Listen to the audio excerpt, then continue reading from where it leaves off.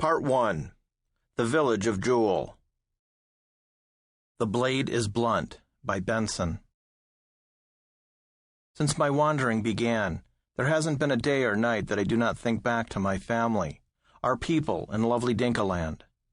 I am the fifth child from a big family with 5 brothers and 3 sisters. My parents were pastoralists and sustenance farmers of the Bahr al-Ghazal region of Southern Sudan. We call ourselves Dinka now, but according to our elders' stories, there was no such name before the British arrived. When an explorer came to our remote area and met a group of Myungjan men hunting, he stopped them. "Who are you young men?" he asked in a strange language. "Deng Kok," they replied, calling themselves by the chief's name according to the tradition of our people. The explorer wrote down Dinka, and that is how the name came into being. Before all the ruin and waste came, we Dinka people had cows as a source of wealth, and were very proud of them. To be rich, a man needed to own more than 150 head of cattle. My father wasn't rich.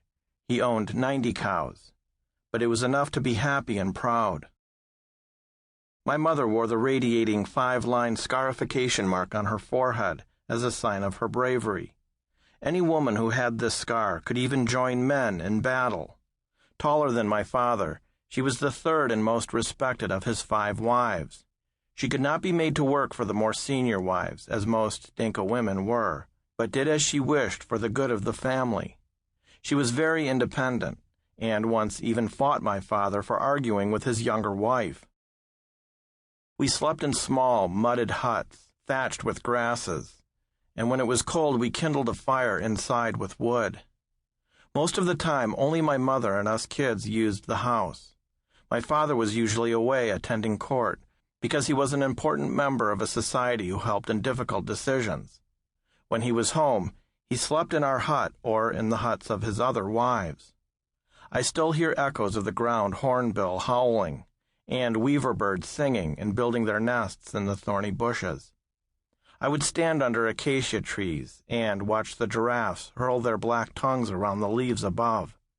They would glance at me and then ignore me, a little boy who could do them no harm. At night, when screaming hyenas fought lions and awoke everybody, I cuddled close to my mother. Each family member had daily chores to do as best they could. The girls pounded the grains and only left the house to fetch water or firewood. We boys never stayed home like the girls, but scattered during the day to see our duties. My 2 older brothers led the cows to good pasture and water, and I took the goats, sheep, and calves to graze. Sometimes we hunted small animals like squirrel, rabbit, or mongoose. Together, we smoked them out of their holes and let the dogs do the running part. When the chores were done, I played with my friends and we formed groups, walking from house to house, chewing on sorghum cane. After harvest time, we sat in the dry field and dug with our feet in the soil for peanuts to play kit-kat, my favorite game. We pretended those nuts were our cattle, and the boy who had the most nuts was the most powerful that day. It was important to me to win that game, but back then, small things defeated me easily. If I lost a silly game, or even if food preparation took too long, I would pout in the corner, still as an empty pot.